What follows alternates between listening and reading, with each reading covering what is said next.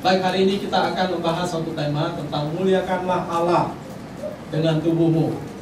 Ini merupakan eksposisi daripada 1 Korintus. Kita perhatikan dari firman Tuhan 1 Korintus pasal yang ke-6 ayat 12 sampai dengan ayat yang ke-20. Silakan Bapak Ibu sekalian menyimak di Alkitabnya masing-masing atau memperhatikan di layar. 1 Korintus pasal yang ke-6 ayat 12 sampai ayat 20. Nanti saya akan baca ayat yang ke-12, Bapak Ibu sekalian 13 dan gantian saya. Demikian kita terus bergantian sampai dengan ayat yang ke-20. 1 Korintus pasal yang ke-6 ayat 12 sampai ayat 20. Ya, baik, kita memperhatikan bagian firman Tuhan dan saya akan membaca mulai ayat 12, nanti diteruskan Bapak Ibu ayat 13 dan seterusnya. Nasihat terhadap percabulan. Segala sesuatu halal bagiku, tetapi bukan semuanya berguna. Segala sesuatu halal bagiku, tetapi aku tidak membiarkan diriku diperhamba oleh suatu apapun. 1, 2, 3. Tetapi dua-duanya tetapi tubuh bukanlah untuk percabulan, melainkan untuk Tuhan dan Tuhan untuk tubuh. Allah yang membangkitkan Tuhan akan membangkitkan kita juga oleh kuasa-Nya. Tidak terdapat bahwa tubuh adalah tempat Kristus, akan tetapi tempat Kristus menyatakan pada percabulan secara baik kita. Atau tidak tahukah kamu bahwa siapa yang mengikatkan dirinya kepada perempuan cabul menjadi satu tubuh dengan dia? Sebab demikianlah kata Nas, keduanya akan menjadi satu daging.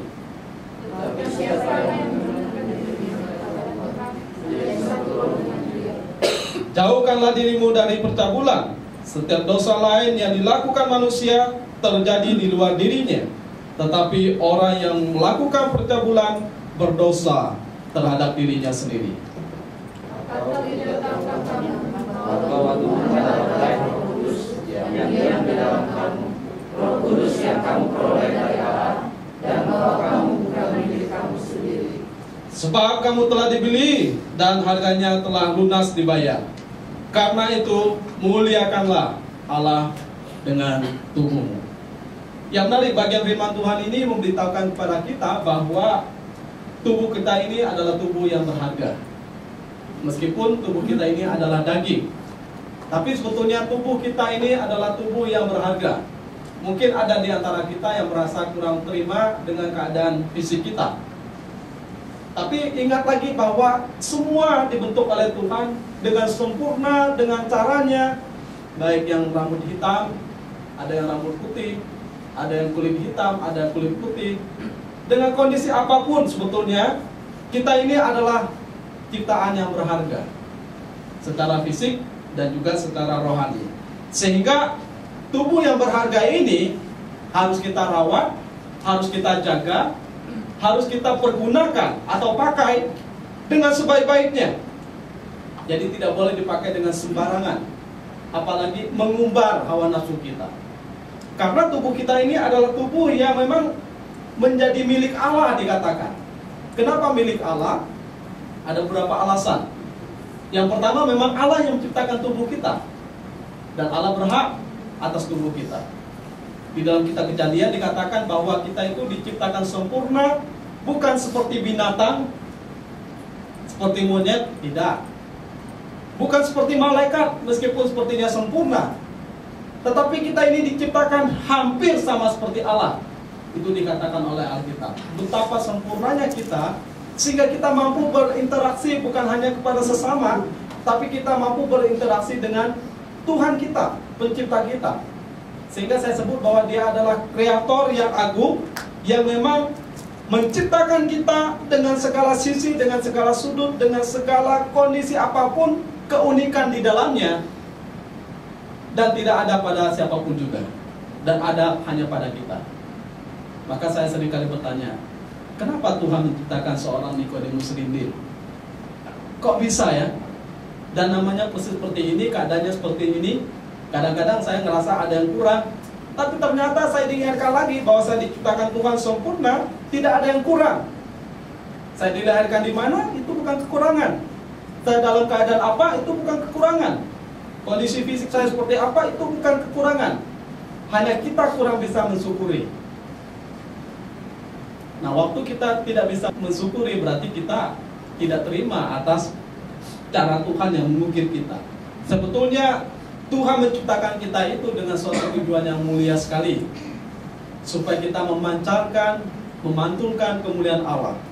Jadi hidup kita ini dipakai untuk satu tujuan, untuk memuliakan nama Tuhan. Dan tadi di dalam bacaan sebelumnya dikatakan kita ini adalah pribadi yang berharga. Kenapa?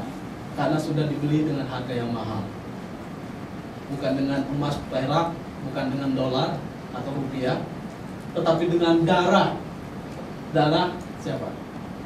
Bukan darah domba, tapi darah Allah sendiri, Yesus Kristus, yang datang ke dalam dunia, yang tidak ada cacat atau noda.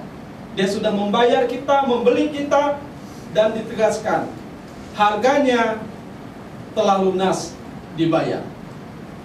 Jadi nggak ada alasan bagi kita untuk berkata saya nggak bisa memuliakan Tuhan. Enggak, karena kita sudah dibayar dengan lunas dan patut kita memuliakan Tuhan melalui tubuh kita. Jadi tubuh kita ini jangan kita pergunakan dengan sia-sia, jangan kita pergunakan dengan sembarangan atau dengan cara yang tidak patut, tapi pakailah untuk kemuliaan nama Tuhan. Karena kalau kita memakai dengan cara yang tidak patut, ya kita menghina pencipta kita yang sudah menciptakan kita begitu rupa. Kalau kita perhatikan dalam bagian ini, memang sebetulnya Paulus berkata, segala sesuatu halal bagiku, tetapi bukanlah semuanya berguna. Segala sesuatu halal bagiku, tetapi aku tidak membiarkan diriku diperhamba oleh satu apapun. Satu sisi kita lihat bahwa memang kita bebas menggunakan tubuh kita untuk apapun, karena Tuhan memberikan satu kehendak bebas. Satu sisi kita memahami ada kedaulatan Allah, tapi satu sisi ada kehendak bebas yang Tuhan berikan kepada kita. Tapi dalam bagian ini kita harus memahami arti kebebasan itu apa, atau istilah halal. Segala sesuatu halal, artinya bebas saya lakukan. Tapi arti halal itu apa? Dalam pemahaman yang secara benar. Dalam pengertian kita bebas, apakah artinya boleh semuanya kita lakukan? Kita boleh berbuat apa saja? Atau kita boleh berlaku apa saja? Kemudian kita berbuat seperti yang kita mau, menjadi liar, tanpa aturan. Apakah seperti itu? Tidak. Karena bebas yang benar adalah bebas yang ada aturannya. Kenapa di jalan raya ada lampu merah, ada lampu kuning, ada lampu hijau? Semua dibuat aturan. Memang kita bebas berjalan di jalan raya itu. Sama seperti di jalan tol, ada ketentuannya, kecepatannya, ada ketentuannya. Memang kita bebas. Tapi nggak ada yang sebebas-bebasnya. Bebas itu harus ada aturannya. Kita melayani bebas dengan ekspresi, dengan cara yang terbaik. Kita bekerja bebas dengan segala potensi yang bisa kita berikan yang terbaik untuk kemuliaan nama Tuhan. Sehingga bebas yang benar adalah bebas yang mendatangkan suatu keuntungan, bebas yang berguna, bebas yang bermakna, yang bermanfaat, bukan hanya bagi diri kita, tapi juga bagi orang lain, dan juga bagi kemuliaan nama Tuhan. Nah, dalam bagian ini menarik sekali bahwa ya kita bebas memang, tapi bebas dalam satu kualitas yang bermutu, baik untuk sementara ini maupun untuk hidup yang akan datang. Ya, sehingga dalam bagian ini ya kita harus memahami arti bebas ya. Sehingga ada orang berkata, Tuhan kan kasih kehendak bebas pada manusia. Ya betul, karena kita memang bukan robot, tapi kita diciptakan sebagai manusia dengan akal, dengan pikiran, dengan rasio, dengan etika, budaya yang benar. Sehingga bebas, ada rule-nya, ada aturannya. Sehingga bebas yang tanpa mau ada aturan itu, menurut saya itu bebas yang berbahaya. Anak bebas nggak di rumah? Bebas. Tapi ada aturan nggak di rumah? Ada. Kita bebas nggak menggunakan HP kita? Bebas. Tapi ada aturannya nggak? Ada. Sehingga pemahaman tentang bebas bukan berarti sebebas-bebasnya. Pemahaman tentang bebas bukan berarti sampai kebebasan itu memperbudak kita. Ini harus dipahami ya. Pemahaman tentang bebas bukan berarti sebebas-bebasnya, tanpa aturan, tanpa tanggung jawab, tanpa sesuatu yang berguna. Kemudian pemahaman tentang bebas bukan berarti kita membiarkan kebebasan kita itu kemudian menjadi liar dan memperbudak kita sampai kita nggak tahu makna hidup kita apa, arti hidup kita itu apa. Nanti saya akan tunjukkan. Karena pemahaman seperti ini kalau nggak diluruskan menjadi salah dan kemudian liar, membahayakan diri sendiri dan juga membahayakan orang lain, bahkan menghina kekudusan Tuhan bagi kehidupan kita. Sehingga kalau ditanya kita bebas, ya bebas. Tetapi sekali lagi, sejauh bebas yang benar, sejauh bebas yang berguna, sejauh bebas yang bermanfaat, bahkan membangun dan membawa kita hidup makin naik lagi. Dan kita harus tahu bahwa Paulus memang berkata dalam bagian ini, segala sesuatu halal, tetapi tidak semuanya berguna. Sehingga dalam era yang sangat terbuka sekarang, orang gitu halalnya menggunakan sosial media. Tapi pertanyaannya, kita berguna nggak melakukan semuanya itu? Nah, kita harus memanfaatkan sampai dalam pemahaman, kalau nggak berguna ya ngapain? Ya kalau berguna ya kita gunakan. Ada saya lihat bahwa ada orang yang begitu rupa membuka tubuhnya lain sebagainya. Jadi itu sudah tidak berguna menurut saya. Jadi sudah beda sasaran. Jadi kita gunakan teknologi, kita gunakan handphone kita, semua fasilitas dengan taraf pemikiran bahwa itu berguna, itu tidak merusak, itu ada aturannya. Dan Paulus berkata, segala sesuatu halal tetapi aku tidak mau diperhamba oleh satu apapun juga. Jadi jangan mau diperhamba oleh alat, oleh apapun, oleh keinginan daging kita, bahkan oleh handphone ya. Kadang-kadang orang khawatir kalau handphonenya tertinggal. Tapi kalau Alkitabnya tertinggal nggak khawatir.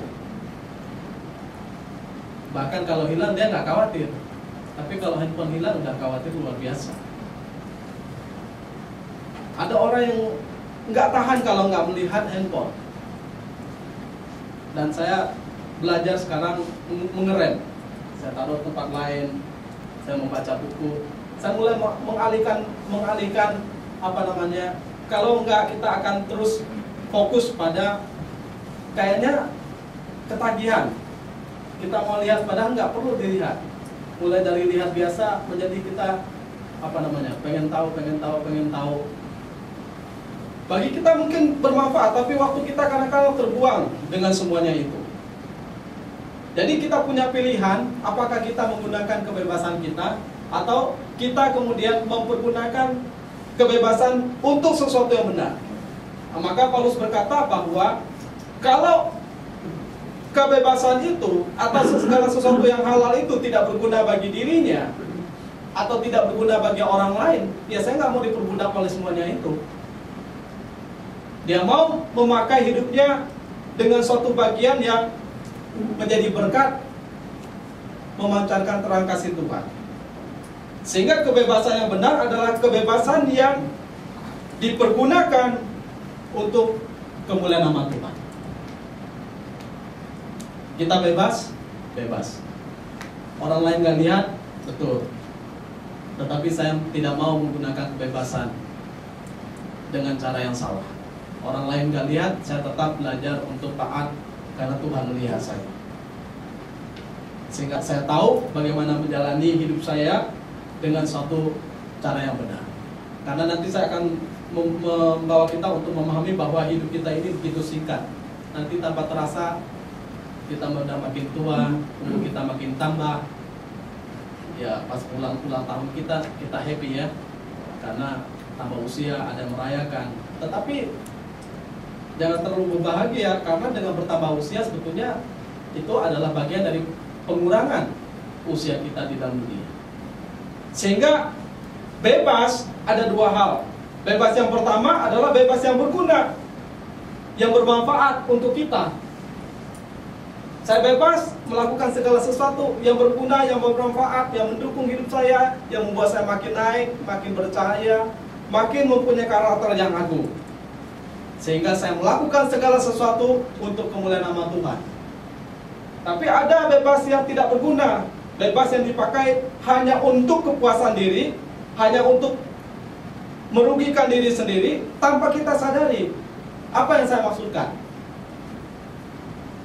Misalnya, saya mau tanya, kalau di rumah kita bebas makan nggak? Bebas. Tapi boleh nggak kita puasnya sampai yang pertama nggak mikirin orang lain? Sampai yang pertama kita peka luar biasa, sampai gerak susah sekali. Ada orang hobi makan cabai, pedas, bebas. Tapi setelah itu ada risikonya. Kita bebas, tetapi ada aturannya. Jadi sama seperti misalnya kita berpakaian, bebas, tapi ada aturannya. Cara berpakaian bagaimana? Nah, sehingga meskipun misalnya kita di dunia maya, tetap kita harus pantas penampilan kita, lain sebagainya. Ya, saya juga berkata bahwa kita harus menata sedemikian rupa, tetapi setidaknya sesuatu yang wajar yang kita tampilkan, karena itu mencerminkan siapa diri kita. Jadi pergunakanlah kebebasan kita itu secara wajar dengan satu yang tepat. Ya, sehingga istilah saya begini, ikan bebas nggak di air? Bebas. Tapi kita harus membedakan ikan air asin dengan ikan air tawar.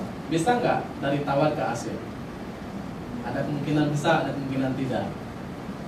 Dari asin ke tawar bisa nggak? Ada kemungkinan bisa, ada kemungkinan tidak. Tetapi ketika ikan keluar dari air ke darat, bisa nggak? Saya bebas kok. Mau saya di darat, mau saya di udara.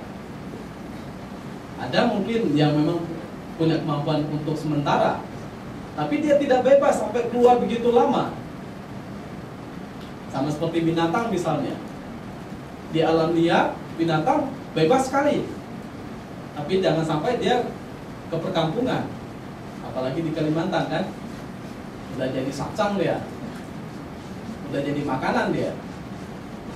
Ya, dengan kata lain, pemahaman ini sederhana, tetapi membuat kita belajar bahwa ada aturan yang Tuhan buat, bebas dalam satu sisi yang punya aturannya. Tetapi ketika kita menyimpang pada kebebasan yang salah, maka ada risiko yang harus kita tanggung. Nah, dalam bagian ini saya mau masuk lagi sedikit lebih dalam. Jadi artinya bahwa kita bebas dalam taraf yang terukur dan teratur dan bertanggung jawab. Jadi kita tidak bebas sampai kita kemudian keluar daripada jalur yang seharusnya, apalagi merusak diri. Misalnya, saya bebas mengkonsumsi sesuatu, bebas, tapi saya tidak bebas kemudian mengkonsumsi segala sesuatu yang merusak saya. Merokok misalnya, kamu bebas nggak merokok? Bebas. Kalau dicari di dalam Alkitab, begitu banyak dari orang bertanya, ada nggak ayat di dalam Alkitab nggak boleh merokok? Susah nemunya. Tapi di pom bensin juga ada sebetulnya. Jangan merokok gitu kan, ada risikonya. Tapi kesehatan, ilmu kedokteran ada nggak? Ada risikonya. Lalu misalnya minum minuman keras, bebas nggak kita secara pribadi memilih untuk minum atau tidak? Bebas. Tapi ada risikonya. Jadi ketika kita minum minuman keras, ketika kita minum racun misalnya, ketika kita mengkonsumsi narkoba, ketika kita melakukan operasi plastik, sepertinya bebas, terserah saya melakukan ini, kamu mau apa? Sama seperti misalnya orang bercabul, saya mau melakukan percabulan, memuaskan diri dengan PSK dan sebagainya, dengan tindakan-tindakan yang menurut saya bebas. maka kebebasan yang luar daripada kehendak Tuhan atau dari aturan yang sebenarnya itu bebas yang merusak. Bahkan kemudian tidak sedikit daripada orang kemudian menyesal kenapa mereka ada di sana. Saya membaca suatu buku, ini kisah yang sangat nyata. Ada seorang hamba Tuhan yang frustasi di dalam pelayanannya. Tetapi dia coba-coba pergi ke klub tempat pria-pria. Ini khususnya di luar negeri. Lalu di sana ada homo lain sebagainya. Jadi maaf kata dia melakukan hubungan yang tidak wajar. Satu malam saja dia pergi ke sana hanya untuk mungkin ingin melampiaskan supaya dia lebih refreshing, lebih ada kesegaran. Ternyata satu malam itulah yang membuat hidupnya yang hancur. Ternyata dia terinfeksi AIDS, dan itu menjangkit kepada anak, menjangkit kepada istrinya. Ada satu catatan yang dia katakan, kalau boleh, saya berpikir tentang malam itu, saya tidak akan pergi ke sana. Kalau boleh, saya akan berkata kepada orang di sekitar saya, tolong ikat saya. Kenapa saya pergi ke sana? Karena dengan saya pergi ke sana, saya menghancurkan diri saya menghancurkan istri saya menghancurkan anak saya. Satu tindakan yang satu kali saja yang dilakukan, itu merusak bukan hanya dirinya, tapi juga keluarganya. Mau menyesal? Yang mau nangis darah? Keadaan tidak berubah. Karena dosa yang seperti ini memang dosa yang menimbulkan sesuatu yang mengerikan bagi kehidupan seseorang. Sehingga bagaimana kita bisa mempermuliakan nama Tuhan dengan tubuh kita ini? Maka ingatlah bahwa di dalam hidup kita diberi kesempatan oleh Tuhan untuk menjalani dengan indah dan wajar. Mempermuliakan nama Tuhan dengan cara yang Tuhan telah anugerahkan kepada kita. Kadang-kadang memang kita menghadapi kondisi yang tidak mudah. Tapi dalam kondisi yang tidak mudah itu, menurut saya ya datanglah kepada Tuhan, supaya kita diberi kekuatan, kemampuan untuk menjalaninya. Ya baik Bapak Ibu sekalian, dalam pekerjaan, dalam keluarga, di dalam apapun. Baik kami sebagai hamba Tuhan, ya kadang-kadang situasi yang tidak mudah yang dihadapi dalam pelayanan. Dalam segala pergumulan, kadang-kadang pergumulan kita itu tidak terutarakan saking beratnya ya. Tetapi ketika kita datang pada Tuhan, ya Tuhan akan memberi pertolongan kepada kita. Sampai pada satu titik kita tidak bisa ngomong apapun, bersandar kepada siapapun. Kita hanya bisa bersandar kepada Tuhan dalam kehidupan kita. Kadang-kadang orang hidup melihat saya ya, orang lihat, wah Pak Niko enak di Jakarta. Apalagi ketika saya posting tentang gedung kita kan, tentang kita foto depan, wah orang lihat wajah kita ini wajah-wajah malaikat gitu kan. Kalau tinggal di Jakarta, tempatnya bagus, lain sebagainya, orang pikir kita nggak ada pergumulan. Sehingga kemarin ada telepon dari seorang, halo hambanya katanya, Pak Pendeta, ini sangat senior. Bagaimana kabarnya? Ya luar biasa. Bagaimana pelayanan di sana? Ya semua berjalan dengan baik, saya katakan. Kemudian, wah luar biasa ya pelayanannya. Ya saya bilang biasa saja. Oh enggak, mungkin bagi orang kota biasa saja, tapi bagi kami yang lihat dari daerah ini luar biasa katanya. Nah, sehingga beberapa orang berkata, Pak saya mau ke Jakarta ya Desember. Saya juga terhibur, artinya bahwa orang lihat, wah luar biasa. Kadang-kadang kita, kalau kita lihat kondisi kita gitu ya, kita rasa, wah pergumulan berat nih. Tapi ketika orang lihat kita luar biasa, nah maka kita harus melihat dengan cara orang lain melihat sebetulnya. Supaya kita melihat bahwa kita selalu bisa bersyukur, kita selalu bisa mengingat kebaikan Tuhan. Ternyata luar biasa, betul luar biasa. Hanya kita nggak pernah merasa bahwa, oh itulah kemurahan Tuhan bagi kehidupan kita.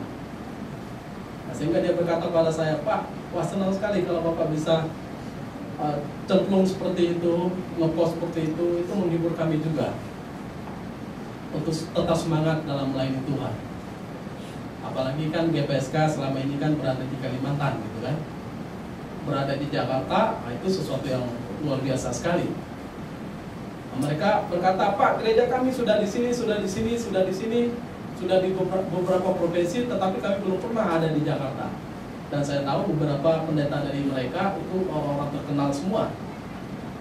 Dan salah satu dosen saya, mereka belum pernah merintis di pusat Jakarta.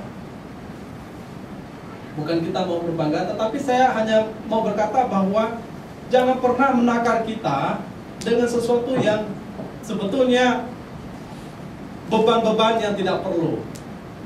Lihatlah bahwa ini adalah suatu kemurahan, ini adalah suatu kebaikan yang Tuhan anugerahkan kepada kita. Maka muliakanlah Tuhan dengan tubuh kita seperti yang Tuhan telah anugerahkan kepada kita. Sehingga saya terus mendorong kepada kita, ya, potensi yang Tuhan berikan kepada kita, kita gunakan yang terbaik untuk Tuhan. Yang bisa nyanyi-nyanyi, yang bisa musik-musik, yang bisa menciptakan lagu, yang bisa puisi, menulislah puisi. Mungkin selama ini cuma di diary kan, nah sekarang keluar menjadi puisi. Sekarang buatlah puisi Natal, kemudian buatlah puisi tentang Paskah, buatlah puisi tentang Hari Ayah atau Hari Ibu. Karena kenapa? Setelah saya baca, ya, Fanny Crosby itu menciptakan lagu 8.000 lagu. Dia buta. Tapi kenapa kemudian dia bisa dengan mudah menciptakan lagu itu? Ternyata dimulai daripada dia menulis puisi. Nah, Ibu Ripka kan pintar membaca puisi, ya. Nanti bisa menulis puisi. Nah, ternyata dia tulis puisi, lama-lama menjadi lagu. Dan memang kita membutuhkan orang-orang yang mempunyai talenta-talenta yang Tuhan berikan, yang bisa menulis buku. Apa bisa kita kerjakan untuk Tuhan, yang kita kerjakan. Nah, sehingga saya ingin memberi dorongan pada kita untuk melakukan apa yang kita bisa, entah itu di dalam pelayanan di gereja, entah itu di lingkungan kita, entah itu di pekerjaan kita. Buatlah suatu kreativitas yang terbaik, yang membawa suatu dampak yang baik. Kemarin saya nyanyikan salah satu pujian yang saya buat. Nanti saya pikir ya kita akan menyanyikan menjadi bagian dari lagu di gereja kita, dengan maksud bahwa mendorong kita bahwa apa yang menjadi berkat yang Tuhan berikan kepada kita, kita pakai untuk hormat mulia nama Tuhan. Jadi waktu kita yang Tuhan berikan kepada kita ini terbatas. Waktu kita ini singkat, ada limitnya, ada batasnya. Sehebat-hebatnya kita, nanti kita akan berakhir. Alkitab berkata kalau kuat 70, kemudian tambah lagi 80, selebihnya apa? Kesusahan, penderitaan. Bahkan Alkitab berkata hidup kita ini seperti bunga rumput yang berkembang kemudian layu.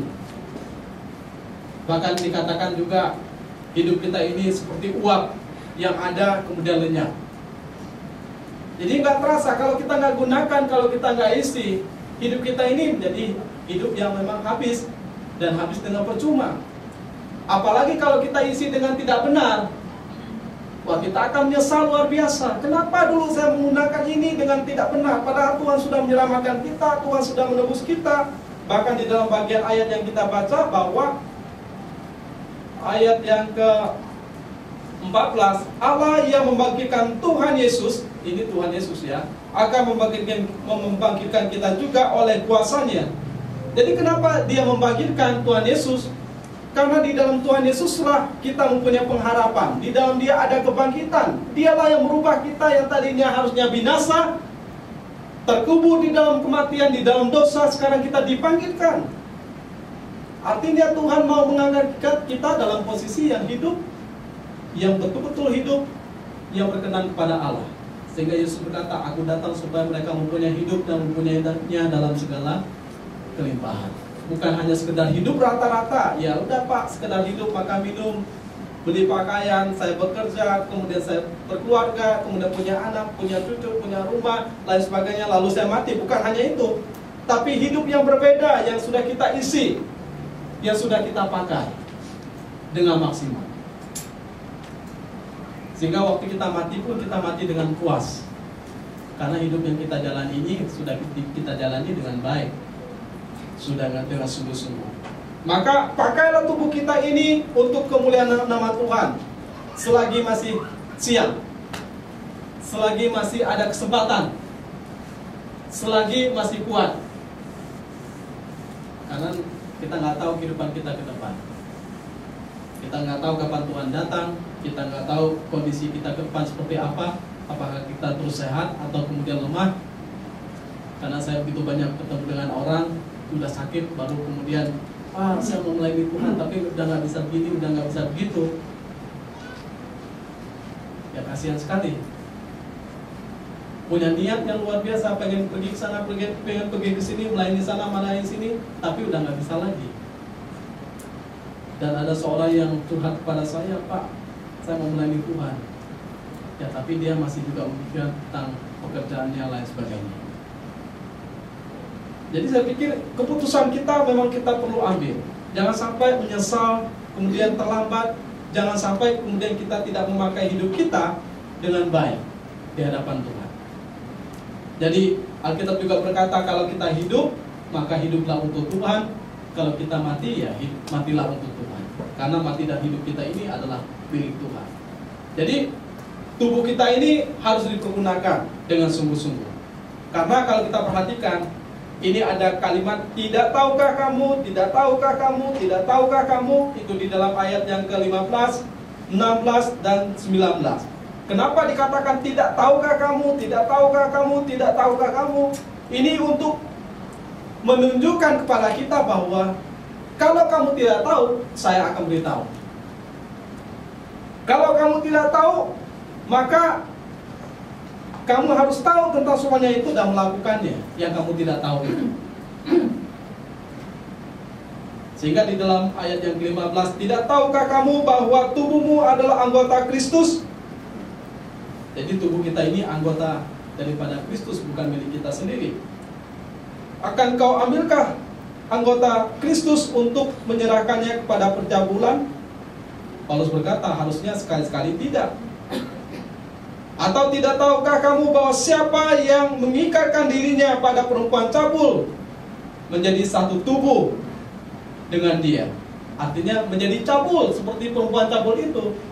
Jadi kalau kita berzina dengan perempuan yang berzina, ya kita akan menjadi seorang penzina. Karena apa? Ada istilah yang menarik di sini dikatakan. Sebab demikianlah kata Nas, keduanya akan menjadi satu daging. Artinya apa? Kalau kedua-duanya sama kudus, maka mereka akan menjadi kudus. Sehingga orang menikah diberkati dengan kudus. Tetapi ketika kedua-duanya adalah najis yang bercabul, ya, maka mereka akan najis. Jadi satu daging terikat di dalam kenajisan itu. Maka pemaknaan satu itu bisa kita satu di dalam satu kekudusan, bisa satu di dalam satu kenajisan. Ya tergantung perbuatan kita seperti apa. Nah, sehingga dalam bagian ini dikatakan harusnya kita tidak mengikatkan diri kepada percabulan atau kepada dosa, tetapi dikatakan mengikatkannya pada Tuhan sehingga menjadi satu roh dengan Dia. Jadi siapa yang mengikatkan dirinya pada Tuhan menjadi satu roh dengan Tuhan. Hidup kita ini kita ikat dengan siapa? Dengan Tuhan atau dengan hawa nafsu kita? Ketika kita ikat dengan hawa nafsu kita, akan menjadi satu dengan hawa nafsu kita. Ketika kita ikat dengan Tuhan, akan menjadi satu dengan kehendak-Nya. Sehingga kita perlu mengikatkan diri bersatu dengan Tuhan karena kita mempelai wanitanya. Tentu sebagai mempelai kita mau menyenangkan hati pasangan kita.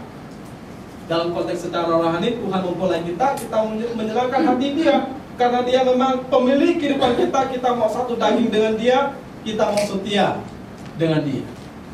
Tidak ada cara yang lain untuk menghindari tabiat-tabiat dosa. Di sini dikatakan dengan tegas ayat 18. Jauhkanlah dirimu dari percabulan. Jauhkanlah dirimu dari percabulan. Yusuf ketika digoda oleh istri Potifar, dia dekat gak? Lari, jauh, pergi. Dia gak penasaran. Nah, kalau kita membiarkan dosa itu, maka dosa itu akan dengan caranya akan menggoda kita, kemudian kita jatuh di sana. Jadi cara untuk tidak terjerat adalah menjauhinya, menolaknya dengan berkata tidak terhadap dosa. Karena dosa percabulan ada dosa yang menajiskan dan merusak diri seseorang secara langsung. Kenapa dosa yang lain tidak langsung bersentuhan dengan tubuh kita? Kalau saya mencuri kan lebih kepada hal yang di luar. Kalau saya membunuh lebih kepada yang di luar kan? Saya membunuh orang. Kenapa kalau saya bercabul, berzina, itu dikatakan dosa yang dilakukan terjadi di dalam diri seseorang. Kenapa? Karena waktu orang berzina, maka ada transfer of the soul. Transfer seperti jiwa ya. Ada suatu hubungan, sehingga istilah kita tadi, mereka akan jadi satu di sana, sehingga dia menajiskan tubuhnya. Dan kita harus ingat bahwa tubuh kita ini adalah bait Allah. Sehingga di dalam ayat yang ke-19, atau tidak tahukah kamu bahwa tubuhmu adalah bait Roh Kudus yang diam di dalam kamu. Jadi ini bukan milik kita, ini milik Tuhan. Kita harus persembahkan kepada Tuhan yang terbaik. Kalau ada dosa yang selama ini mengikat kita, mengikat saudara, mengikat saya, mengikat kita semua yang ada dalam ruangan ini, mari kita bereskan, kita tinggalkan, supaya kita kudus dan berkenan kepada Tuhan.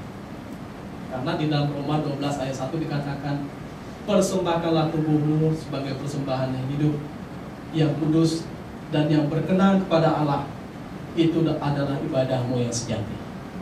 Jadi tubuh itu bukan hanya bicara tentang tubuh secara roh, tetapi tubuh secara jasmani ini persembahkan dengan sepenuhnya untuk hormat kemuliaan nama Tuhan.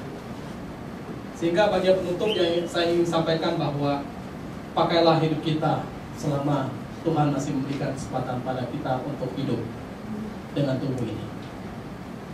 Jangan pakai dengan sembarangan, tapi pakailah yang terbaik, yang totalitas, yang tidak tersisa, yang terbaik untuk Tuhan. Karena Tuhan Yesus sudah memakai tubuhnya untuk menyelamatkan kita.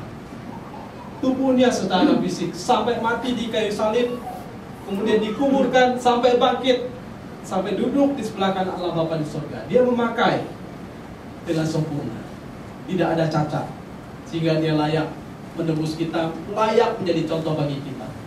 Dan menarik, firman Tuhan yang kita baca hari ini ditulis oleh Paulus kepada jemaat Korintus. Paulus nggak ngomong kosong. Paulus berkata bahwa persembahkanlah tubuhmu, kemudian pada hari ini jangan menajiskan tubuhmu. Semua halal tapi tidak semua berguna. Paulus berkata, muliakanlah Tuhan dengan tubuhmu. Paulus nggak omong kosong. Dia sendiri memuliakan Tuhan dengan tubuhnya. Kemudian akhir hidup daripada Paulus apa?